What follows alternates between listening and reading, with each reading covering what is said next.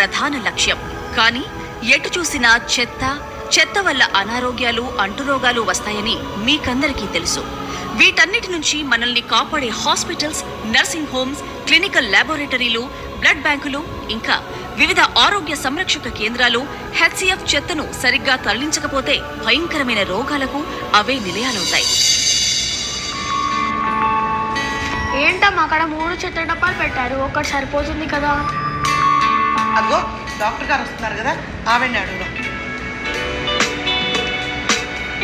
Doctor గారు, అక్కడ 3 చెత్త డబ్బాలు ఎందుకు పెట్టారు? ఒక్కటి సరిపోతుంది కదా? దాన్ని బయోమెడికల్ వేస్ట్ కోసం పెట్టారు బాబు. బయోమెడికల్ వేస్ట్ అంటే ఏంటి డాక్టర్ గారు?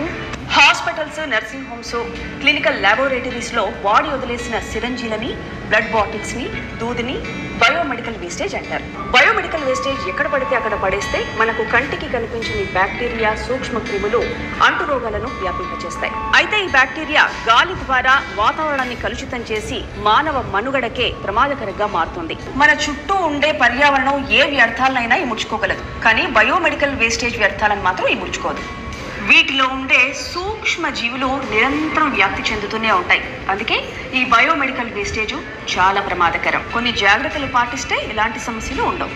చికిత్సలో వాడి వదిలేసిన సూదులను ప్లాస్టిక్, నాన్ ప్లాస్టిక్ డిగ్రేడబుల్స్ గా వేరు చేసి శుభ్రం చేసి 48 గంటల్లోగా వాటన్నిటినీ సేకరించి ట్రైన్డ్ టెక్నీషియన్స్ ద్వారా బయోమెడికల్ కేంద్రాలకు తరలించవచ్చు. మరి ఇలాంటి బయోమెడికల్ కేంద్రాలు తెలంగాణ రాష్ట్రం మొత్తంలో 11 కేంద్రాలున్నాయి. బయోమెడికల్ వేస్ట్ ఉత్పత్తి చేస్తున్న సంస్థలే దాన్ని క్రమ పద్ధతిలో విసర్జించాల్సిన అవసరం ఎంతైనా ఉంది.